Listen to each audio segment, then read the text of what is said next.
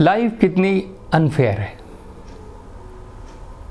उनकी आवाज़ में मायूसी भरा कंपन था। कुछ चेहरे से ऐसा आया हो रहा था जैसे वो बहुत मायूस हों। हालांकि हम लोग जानते हैं कि वो एक अच्छे कारोबारी थे और उन्होंने बहुत अच्छा धन कमाया था। उन्हें ईश्वर में विश्वास था। उन्होंने कभी सिगरेट या शराब को हाथ भी नहीं लगाया था। पर वो कह रहे थे कि अब वो कैंसर के शिकार हैं। उनके साथ ऐसा क्यों हुआ? इतना ही नहीं है, उन्होंने बहुत कुछ दान भी दिया था और उनकी प्रतिष्ठा समाज में बहुत ही थी। ऐसा लग रहा था जैसे भावनाओं का विस्फोट हो चला हो। वो बहुत कुछ कहना चाहते थे और रुक नहीं रहे थे। उन्होंने कहा कि ऐसा नहीं कि आप समझते हो कि मैं बहुत सफल और सुखी व्यक्ति हूं। मुझे अपनी पढ़ाई के लिए संघर्ष करना पड़ा। मेरे पिता ने अपनी संपत्ति में से जो और बच्चों को दिया उससे बहुत कम मुझे दिया। मैं जिस लड़की से प्रेम करता था, जिससे विवाह करना चाहता था, मेरे पिता ने वो करने नहीं दिया। ऐसी बहुत सी परिस्थितियां आई जिससे लड़ झगड़ कर मैं यहां तक पहुंचा हूं। मेरे दोनों बच्चे आज इस बात का इंतजार करते हैं कि मैं कितनी जल्दी इस दुनिया से चला जाता हूं। उनकी आपस में बनती नहीं और अभी से उनमें संपत्ति का विवाद है। और अब ये बीमारी, क्या जिंदगी, क्या लाइफ फेयर है, न्याय संगत है?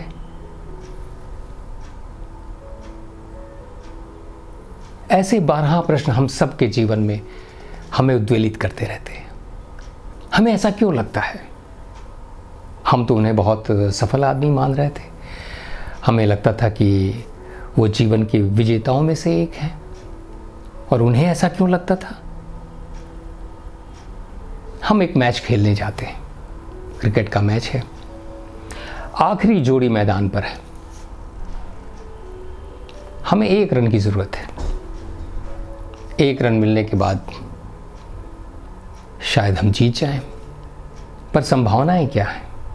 आखिरी विकेट है, विकेट भी जा सकता है, और अगर विकेट गया तो हम हार जाएंगे, और अगर हम 2 रन बनाते हैं तो हम जीत जाएंगे। 1 रन बनाते हैं तो मैच ड्रॉ होगा। संभावनाएं 3 हैं। क्या होगा इसमें? पता नहीं। अगर हमारा विकेट चला गया तो हम क्या सोचते हैं? तो हम यही सोचते हैं ना कि लाइफ इज अनफेयर। ये जीवन संगत नहीं है। ये जीवन संगत नहीं है, न्यायपूर्ण नहीं है।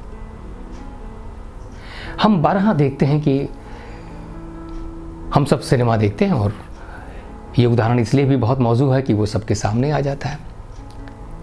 एक एक्टर है जो बहुत ही खूबसूरत है, पर हम कहते हैं उसमें अभिनय की प्रतिभा नहीं है। एक एक्टर है जो उतना खूबसूरत नहीं है, पर अभिनय की प्रतिभा उसमें कूट कूट कर भरी है। वो क्या सोचता है? काश मैं थोड़ा खूबसूरत होता। मैं एक प्रतिभावान एक्टर को जानता हूं जिन्होंने एक बार अपने इंटरव्यू में कहा था कि अगले जीवन में मैं ईश्वर से यही प्रार्थना करूंगा कि मुझे प्रतिभा अभिनय की दो या न दो, मुझे खूबसूरत जरूर बनाना। तो ये मायूसी है। उसे लगता है कि जीवन अनफेयर है। ऐसे ब्रिलियंट लोगों को आप देखेंगे जिन्हें सफलता नहीं मिलती, और ऐसे लोगों को भी देखेंगे कि जो आपकी समझ में नहीं आता कि ये व्यक्ति इतना सक्सेसफुल क्यों है। हो सकता है उसके अंदर एक हिडन प्रतिभा हो, लेकिन हमको ऐसा लगता है। एक हिंदी के बहुत ही प्रतिष्ठित, बहुत ही अच्छे लेखक हुआ करते थे, उपेंद्र नाथ अश्क। अश्क जी एक बार मायूस होकर उन्होंने किराने की जो परचून की दुकान है वो खोल दी थी, और उन पर एक आर्टिकल आया था, पढ़े फारसी बेचे तेल, ये देखो किस्मत का खेल। वो एक ज़माना था जब फ़ारसी ही सबसे अच्छी भाषा ऐसी भाषा होती थी जो पढ़े लिखों की भाषा होती थी, शायद जैसे आज अंग्रेज़ी है। तो उस ज़माने में ऐसा सोचते थे कि अरे यार, फ़ारसी पढ़ा हुआ आदमी तेल बेच रहा है। तेल बेचना कोई बुरी चीज़ नहीं है, वो अपने आप में एक बहुत अच्छी बात है, वो एक बिज़नेस है। लेकिन फ़ारसी पढ़ा हुआ आदमी ये कैसे कर रहा है? लगता था कि लाइफ अनफेयर है। और अश्क जी ने क्यों किया? शायद वो दुनिया को ये बताना चाहते हों कि भाई आप लोगों का ध्यान लेखकों की तरफ नहीं है। शायद कोई चांदी का चम्मच लेके पैदा होता है और कोई 2 जून की किसी को रोटी जुटानी मुश्किल हो जाती है। हम भी कभी पास और फेल के चक्कर में फंसे रहते हैं। कई बार हमें लगता है कि यहाँ तो हमारी जीत निश्चित है, और तभी कुछ ऐसा होता है कि हमें हार का सामना करना पड़ता है। और कई बार ऐसा भी होता है कि जब हम लगता है कि आज खेल निकल नहीं पाएगा और हम जीत जाते हैं। पढ़ाई में भी कई बार लगता है कि इस सब्जेक्ट में बहुत अच्छा नंबर आएगा, उसी में खराब आ जाता है। और जिस सब्जेक्ट को लापरवाही से दिया उसी में अच्छा मार्क्स आ जाता है। होता है ऐसा। हो सा कि बहुत तैयारी करके हम गए हैं और उस दिन बहुत अच्छा पेपर नहीं हुआ। और कई बार ऐसे ही फ्लुक में गए हैं और फिर ऐसा लगता है कि जैसे एग्जामिनर ने क्वेश्चन वही सेट किए हैं जो मुझे आते हैं। ऐसा ही एक सवाल कर्ण के सामने भी पेश आया था। हम सब महाभारत को जानते हैं बहुत अच्छी तरीके से। मेरा जीवन न्यायपूर्ण नहीं रहा है केशव। विधाता को मुझसे क्या दुश्मनी है? कर्ण ने कृष्ण से कहा। मैं कुंवारी मां के गर्भ से पैदा हुआ और जन्म लेते ही मां ने मुझे त्याग दिया। मुझे महलों में परवरिश पानी चाहिए थी और मैं एक सूत के घर में पला। गुरु द्रोणाचार्य ने मुझे शिक्षा देने से इनकार कर दिया क्योंकि मैं सूत पुत्र था। वो मुझे क्षत्रिय नहीं मानते थे। द्रौपदी के स्वयंवर में गया तो मुझे अपमानित होना पड़ा। गुरु परशुराम ने मुझे शिक्षा तो दी लेकिन शाप भी दिया कि जब इस विद्या की सबसे ज्यादा जरूरत होगी तभी तुम इस विद्या को भूल जाओगे। केशव, मेरे साथ ऐसा क्यों हुआ? क्यों हुआ कि दुर्योधन ने मुझे बहुत कुछ दिया लेकिन मुझे लगता है कि वो सब एक प्रतिस्पर्धा में एक भीख के तौर पर मुझे मिला है। और तो और केशव, छल से मेरा कवच और कुंडल भी ले लिया गया। युद्ध में मेरी मृत्यु सुनिश्चित हो गई है। तब कृष्ण ने कर्ण से क्या कहा? कर्ण, तुम्हारा मेरे बारे में क्या ख्याल है? मुझे जिसे महलों में पैदा होना चाहिए था वो कारावास में पैदा हुआ। मेरी वजह से ही मेरे माता पिता कारावास में जीवन बिता रहे थे। मेरे 6 भाइयों की अबोध अवस्था में ही हत्या कर दी गई। मेरे जन्म के पहले से ही ये प्रयास शुरू कर दिए गए थे कि मैं इस दुनिया में पैदा ना हूं। मेरी हत्या के प्रयास मेरे जन्म से पूर्व ही शुरू हो गए थे। मेरी परवरिश जहाँ बहुत सुंदर माहौल में होनी चाहिए थी वहाँ मैं ग्वाल बाल के साथ एक गांव में पला। जब तुम सबकी शिक्षा हो रही थी तब मैं गाय चरा रहा था। मैं जिस स्त्री से विवाह करना चाहता था उससे मेरा विवाह नहीं हुआ। मैंने जरासंध की वजह से मुझे द्वारिका छोड़नी पड़ी। मैं अपने भांजे अभिमन्यु को बचा न सका। मैं किससे शिकायत करूं? कहो कर्ण। अगर महाभारत को देखें तो कर्ण और कृष्ण ही क्यों? भीष्म के साथ क्या हुआ? भीष्म जो युवराज थे और जिन्हें राजा बनना था, तभी पिता को सत्यवती से प्रेम हो गया और सत्यवती ने शर्त रखी कि मेरा ही पुत्र राजा होना चाहिए। तब भीष्म ने वो भीष्म प्रतिज्ञा की कि मैं जीवन भर कभी विवाह नहीं करूंगा, मैं कभी राजा नहीं बनूंगा और इस सिंहासन पर जो व्यक्ति भी बैठेगा मैं उसका अनुचर बनकर उसकी रक्षा करूंगा। उन्हें अपने जीवन में अपने वंश के लोगों के साथ ही युद्ध में शामिल होना पड़ा। न चाहते हुए भी उन्हें अपनों पर बाण चलाने पड़े। और धृतराष्ट्र जो बड़े बेटे थे वो अंधे पैदा हुए, और तब परंपरा थी कि अगर कोई दूसरा उत्तराधिकारी हो तो अंधे व्यक्ति को राजा नहीं बनाया जा सकता। पांडु को राजा बनाया गया, और पांडु जो राजा बने, उन्हें श्राप था कि जब भी कभी वो अपने दाम्पत्य जीवन में समागम में जाएंगे उनकी मृत्यु हो जाएगी, और उनकी मृत्यु हो गई। उनके 5 बेटे जो युधिष्ठिर जो उत्तराधिकारी थे, उन्हें छल से जुए में हराया गया, उन्हें जंगलों में भटकने के लिए छोड़ दिया गया, उनकी पत्नी को भरी सभा में अपमानित किया गया। और फिर द्रौपदी के साथ क्या हुआ? द्रौपदी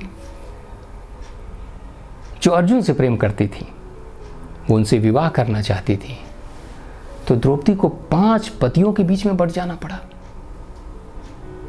द्रौपदी जिनके 5 पुत्रों की अश्वत्थामा ने हत्या कर दी, द्रौपदी जिन्हें भरी सभा में अपमानित और लांछित किया गया। तो हम क्या देखते हैं? वो नन्हा सा अभिमन्यु जो 18 साल का युवक, जिसे कभी हस्तिनापुर का सम्राट होना था भविष्य में जाकर, असमय ही अपनों द्वारा ही उसकी हत्या कर दी गई। क्या ये लाइफ, ये जीवन फेयर है, न्यायपूर्ण है, संगत है? तो लाइफ तो जैसी है ऐसी है। लाइफ एक प्रवाह है, एक इवेंट्स की चेन है। इसमें कुछ अच्छा भी है, कुछ बुरा भी है, इसमें कुछ ठीक भी है, कुछ गलत भी है। फिर हम जीवन को असंगत क्यों समझने लगते हैं? हमारे मनोवैज्ञानिक बताते हैं कि बचपन से ही हमें शिक्षा दी जाती है कि कोई चीज़ अच्छी है या कोई चीज़ खराब है, कोई चीज़ सही है या कोई चीज़ गलत है, कोई चीज़ न्यायपूर्ण है, कोई चीज़ अन्यायपूर्ण है, कोई चीज़ संगत है, कोई चीज़ असंगत है, कोई चीज़ फेयर है, कोई चीज़ अनफेयर है। अब जब सारी चीज़ों को इन बाइनरी में हम देखते हैं, तो फिर जीवन के बारे में हम कैसे सोचेंगे? उसमें भी हम देखना शुरू करते हैं कि क्या संगत है, क्या असंगत है, क्या फेयर है, क्या अनफेयर है। और जो चीज़ हमारे पक्ष में नहीं है वो हमें अनफेयर दिखने लगती है, जो चीज़ हमारे पक्ष में है वो फेयर दिखती है। हम महसूस करते हैं कि इसका एक दूसरा पहलू भी है। आप ये कल्पना कीजिए कि सभी लोग एक जैसे हैं, एक गांव है जहाँ सभी लोग एक जैसे, एक हाइट के हैं, एक तरह के कलर के हैं, तो कोई दिक्कत होगी उसमें? किसी को कोई समस्या है? नहीं। पर उसमें कुछ लोग का कलर डिफरेंट हो जाता है। अब समस्या पैदा होती है कि वो व्यक्ति मुझसे ज़्यादा अच्छा क्यों है, या मुझसे ज़्यादा सुंदर क्यों है, या मुझसे ज़्यादा आकर्षक क्यों है, या मुझसे ज़्यादा वो प्रतिभाशाली क्यों है। अब हम देखना शुरू कर देते हैं कि लाइफ फेयर है या अनफेयर है। सभी के पास साइकिल सभी के पास है, पर एक सज्जन मोटरसाइकिल लेकर चले जाते हैं। अब हमको लगता है जीवन जो है फेयर नहीं है। सबके पास साइकिल, इसके पास मोटरसाइकिल क्या? आप एक बड़ी गाड़ी में जा रहे हैं, दूसरा आदमी भी बड़ी गाड़ी में जा रहा है, आपको कोई दिक्कत नहीं होती। लेकिन एक व्यक्ति आपसे और ज़्यादा महंगी गाड़ी में बैठा हुआ है, अब आपको लगता है फेयर नहीं है भाई। देखिए उसको देखिए और मुझको देखिए, मैं इतनी मेहनत करता हूँ, मैं इतना काम करता हूँ, मैं ऐसा करता हूँ, उस आदमी को ये मिला, समाज से मुझे ये मिला। लाइफ कैसे फेयर है?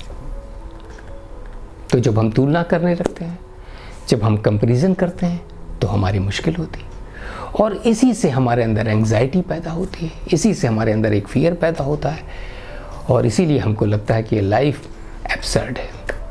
कई सारे दार्शनिक तो यही कहते हैं कि ये जीवन का कोई अर्थ नहीं, ये संगत नहीं है, ये एब्सर्ड है।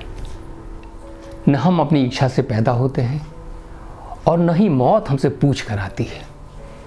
ये जीवन के 2 सबसे महत्वपूर्ण, सबसे इम्पॉर्टेंट जो इवेंट हैं, उन पर तो हमारा कंट्रोल है नहीं, और हम सोचते हैं कि पूरे जीवन पर हम कंट्रोल कर लें।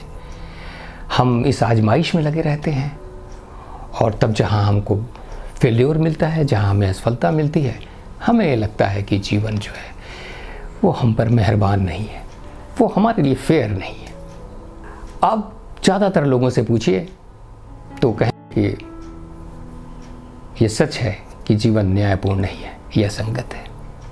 तो अगर जीवन सभी के लिए अनफेयर है तो फिर अनफेयर कहाँ है? इसीलिए शायद बेचारे कवि ने कहा है कि जीवन क्या है कोई न जाने, जाने सो पछताए। तो अगर आपको लगता है कि जीवन असंगत है, न्यायपूर्ण नहीं है, अनफेयर है, तो क्या करें? तो करेंगे क्या? बस शोक मत मनाइए, हो सके तो उसका सामना कीजिए या फिर उसके साथ निभाइए, डील विथ इट।